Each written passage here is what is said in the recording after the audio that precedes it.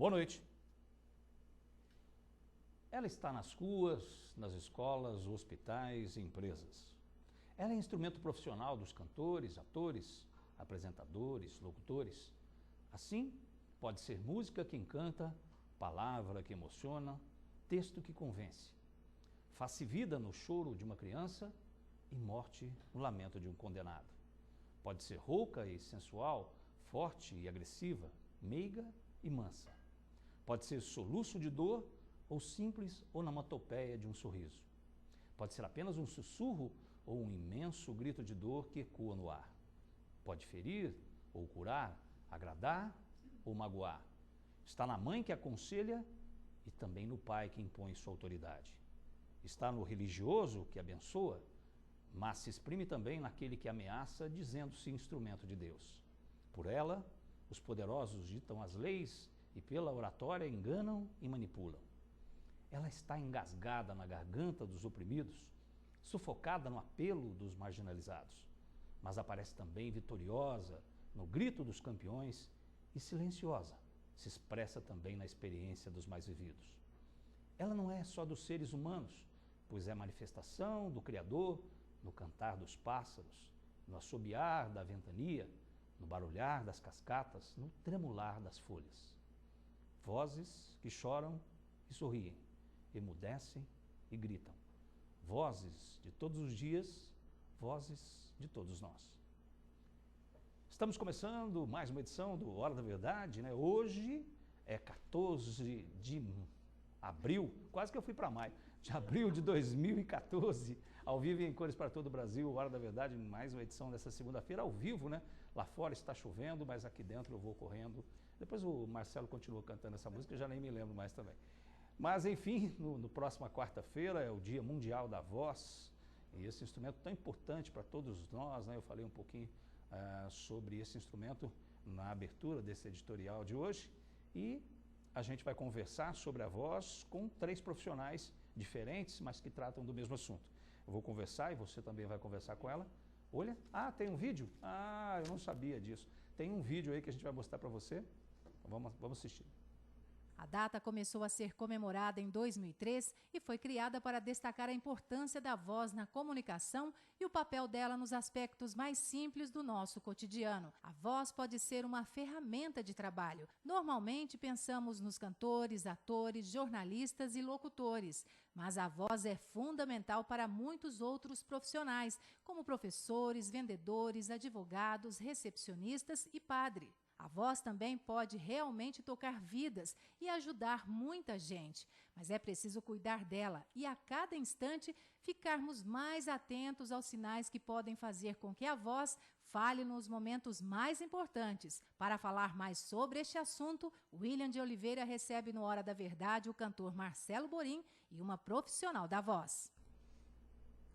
Então, na verdade, a gente recebe o Marcelo Borim, né, que é cantor, professor também de canto, né? Ele está com a gente aqui, mas também com ele está a Gláucia Calbianco, né?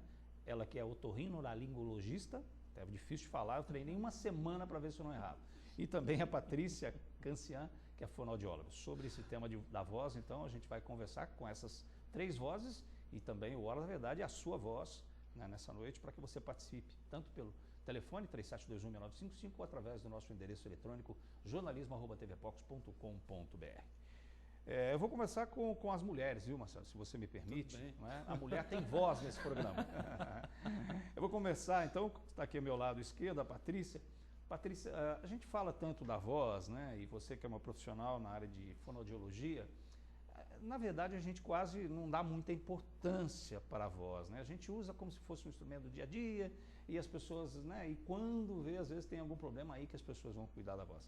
É isso mesmo? Boa noite, obrigado pela sua presença. Oi, boa noite, William, boa noite a todos. Eu que agradeço a presença, tá? Realmente, assim, as pessoas geralmente cuidam da voz, a maioria quando tem algum problema. E aí que elas vão descobrir, assim, os cuidados, o que elas podem fazer para cuidar, para ter uma voz mais saudável. E é interessante mesmo, né? As pessoas cuidam do cabelo, do carro, da casa e não cuidam da voz. Então, essa campanha que há anos a gente, né, o Brasil é um dia mundial da voz, na realidade não é só o Brasil, ela chama atenção para isso, para os cuidados com a voz e a prevenção de doenças, de alterações vocais. Bem, eu vou conversar também com ela, a gente vai estar falando sobre muitas outras questões ligadas a esse assunto, mas a Gláucia Calbianco, que é otorrinolaringologista, dá aquela travada às vezes para falar isso. Gláucia, boa noite, obrigado pela sua presença. Essa interação entre a fonoaudiologia e a otorrinolaringologia, como é que ela se dá? Boa noite, obrigado pela presença. Obrigada, eu que agradeço. Olha, William, a gente realmente tem que trabalhar junto, porque na verdade o otorrino vai fazer um diagnóstico e depois a gente quem vai fazer o tratamento mesmo é a fonoaudióloga, o fonoaudiólogo. Às vezes a gente até medica, é um caso de medicar ou até de cirurgia, mas a maioria dos casos não são, a maioria dos casos são casos clínicos, que a gente faz o diagnóstico e encaminha para um tratamento e depois a gente tem que continuar acompanhando o paciente juntos. Sempre voltando comigo, né, com o médico e com a fonoaudióloga também. Muito bem, Marcelo Borim, cantor das noites pós-caldenses, de alguns dias atrás, quase 8.725 dias. Obrigado pela presença. Marcelo, você que é um profissional, tanto usando a voz, quanto também ensinando as pessoas a usarem a voz como professor. A importância, e se você realmente ao longo da sua carreira, e aqui é a hora da verdade, por favor. Sim. Se você tinha esses cuidados que as profissionais estão falando para a gente ter. Boa noite, obrigado pela presença. Marcelo. Boa noite, William. Boa noite a todos. É o seguinte, o que a Patrícia falou no começo é que as pessoas, assim, elas se preocupam em cuidar do carro, se preocupam em cuidar do cabelo, mas não se preocupam em cuidar da voz. Cuidar da bicicleta, né, Marcelo? Da bicicleta, por exemplo. E isso também acontece, por incrível que pareça, com a maioria dos profissionais, tipo cantor. Os cantores, o que acontece? Eles vão procurar um profissional depois que eles já desenvolveram um problema, né? O que a gente não pode fazer. Então, eu como professor e como profissional, como cantor, eu tenho uma rotina diária, por exemplo, de treinamento e exercício, que eu faço todos os dias, religiosamente. Eu tenho uma rotina de alimentação, tomar muita água. Então, eu faço o quê? E falo para os meus alunos também. É melhor você prevenir do que remediar. Então, a importância. E eu também tenho um trabalho, o trabalho de cantor e o do profissional que usa a voz, ele está diretamente ligado a fono, certo? Ao otorrino. E eu, por exemplo, eu tenho, além de ter um acompanhamento com otorrino, acompanhamento com fono, eu também tenho um preparador vocal.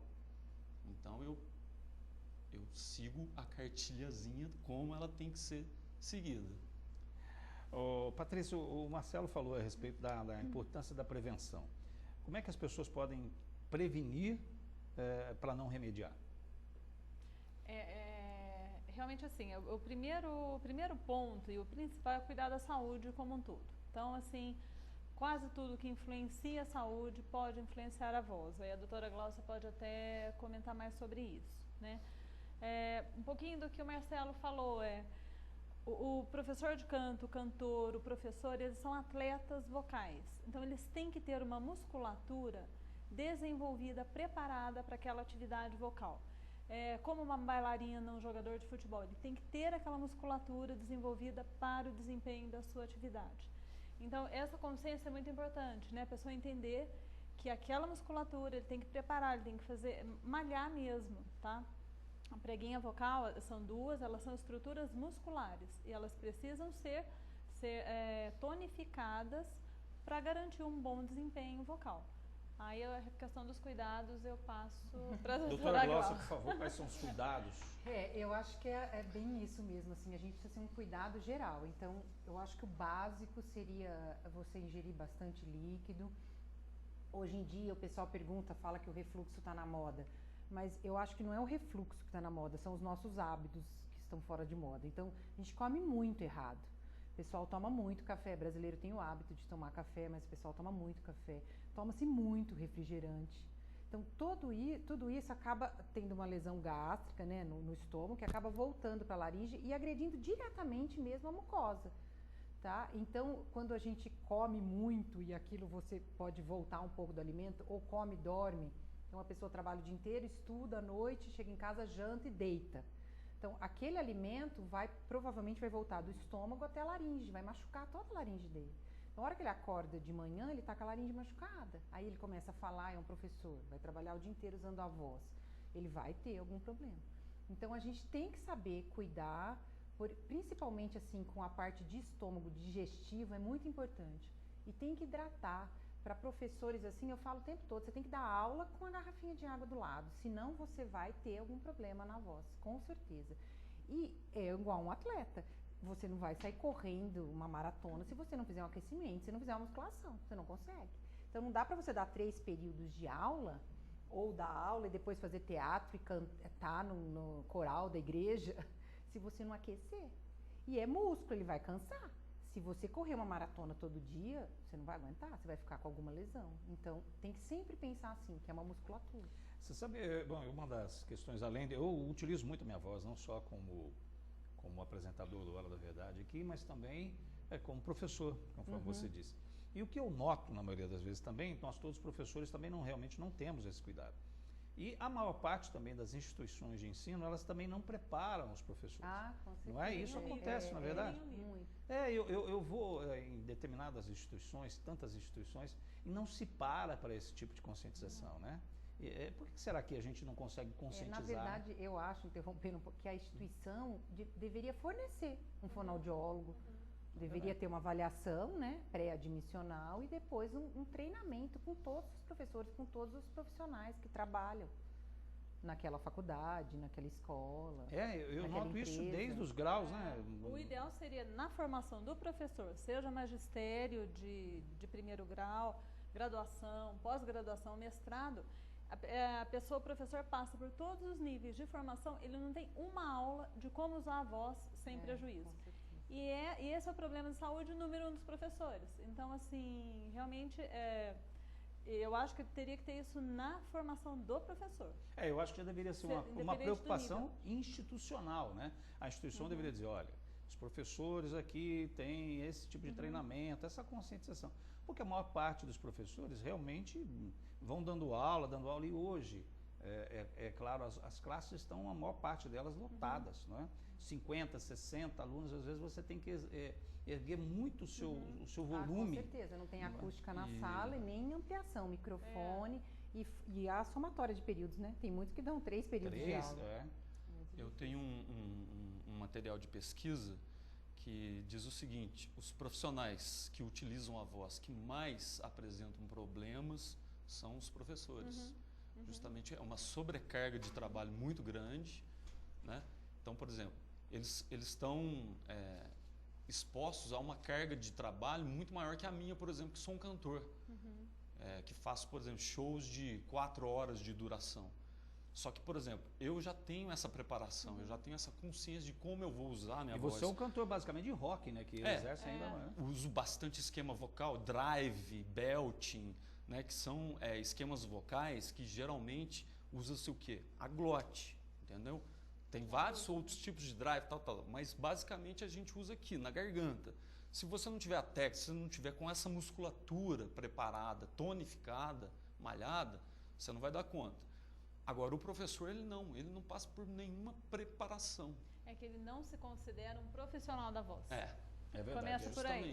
O professor não se considera um profissional da voz. E isso também a gente pode estender não só para as professoras, mas também para todos os lugares onde a voz é um instrumento profissional, né? Conforme o Marcelo está dizendo aí, em relação ao cantor, locutores, apresentadores, enfim, professores, todos aqueles que têm a voz como instrumento diário, né? E de exercício, né? Da sua profissão. Então é muito importante. Eu, por exemplo, sou um cantor também. Eu canto no banheiro lá de casa e as reclamações são muitas dos vizinhos e eu tenho parado por causa disso, mas quem sabe um dia eu continuo. Mas a gente vai terminar esse bloco agora com a pergunta da Sandra Mara, que faz 2 perguntas, 2 em uma. Doutora Glaucia, quem tem problema com a tireoide pode ter problema com a voz? E doutora Patrícia, o Anderson Silva, em uma entrevista, falou que já sofreu bullying por ter a voz muito fina. Isso pode acontecer mesmo? Já a gente ouve as respostas tanto da doutora Glaucia como da doutora Patrícia, viu, Sandra? Não saia daí que já a gente volta. Até já.